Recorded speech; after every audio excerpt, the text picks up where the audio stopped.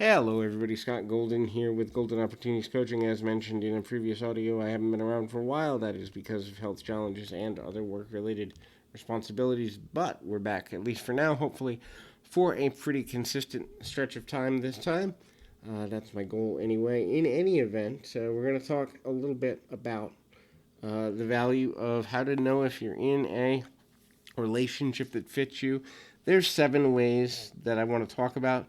Relationships are difficult, especially during the holiday season, and certainly with the pandemic, things have gotten even more crazy for people. So, these 7 things, if you get a combination of most of these or the majority of these, you're in a good space. And if you are working towards a new relationship, look for these as a sign of maybe, an indicator that you're in a good space. Um, the first is, are you happy?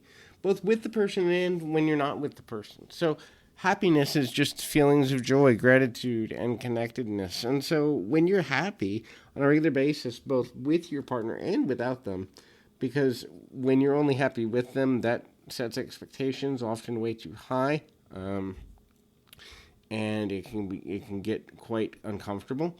Um, and so, happiness is also looking to the future and having positive memories. So it's timeless. In other words, all 3 forms of time, past, present, and future. You have emotions of happiness when thinking about your partner and how you interrelate with that person.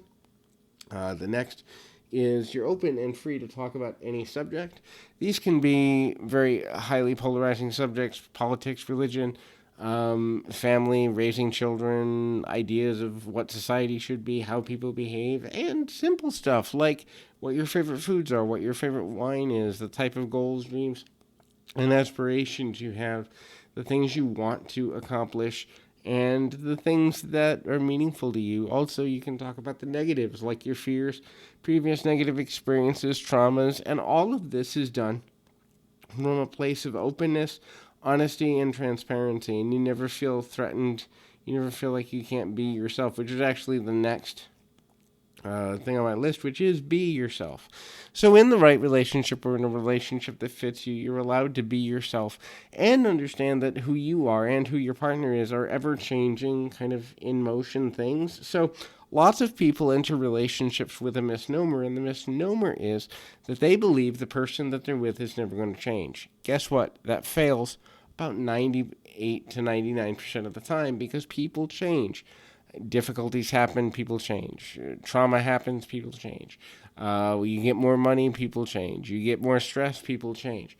And so a good relationship is one where the ability to be yourself and to communicate who you are and who you're becoming is always at the forefront of the relationship, and you find acceptance no matter what direction you go in. The next is you enjoy spending time together and you have a good time when you do it. So, good time doesn't necessarily mean that one person always gets to do what they want to do. It just means that we find mundane things like going to the grocery store, going for a walk, or window shopping, or going and looking at puppies, or whatever it is, to be enjoyable activities. If you're in a relationship that fits you, you can say, I can have a good time wherever this person is because they're part of the good time, but they don't define my good time. And it's better because they're there, but they're not essential to my happiness.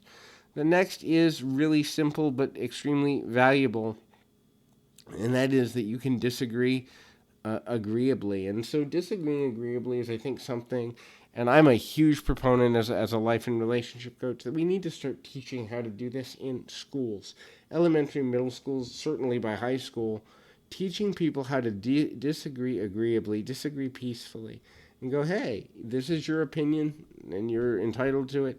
This is my opinion and you're entitled to it. Part of the reason that our political system, at least in the United States, is in the mess it's in is because those who are purporting to be leaders don't know how to peaceably disagree, and that trickles down into neighborhoods, that trickles down into communities, that trickles down into religions, that trickles down into racial divides. It trickles down. So it begins at home with the people that are in your life. Certainly a partner, you need to know how to disagree agreeably or disagree peacefully and be able to still see value in the other person while continuing to grow yourself. Sometimes you do grow in opposite directions, and you find common ground where you can. The next is you share values. If your value is family and their value is money, then that relationship probably isn't going to work. If your value is religion and their value is science and proof and tangibles, the relationship isn't going to work. If you value quality time and they value extravagance, that relationship probably isn't going to work. If you value time with your biological family and they would rather have you all to themselves, the relationship isn't going to work. So valuing the same things and viewing the world from a very similar perspective, although maintaining the ability to have differences and disagree peacefully when necessary, is essential to a lasting, fitting relationship. The last one is growth. You're both committed to growing for yourselves, by yourselves, and together as a couple, which means having experiences both independently and interdependently. Also, you're willing to grow in whatever direction you feel led by whatever your higher power is, or if you don't have a higher power, whatever motivates you.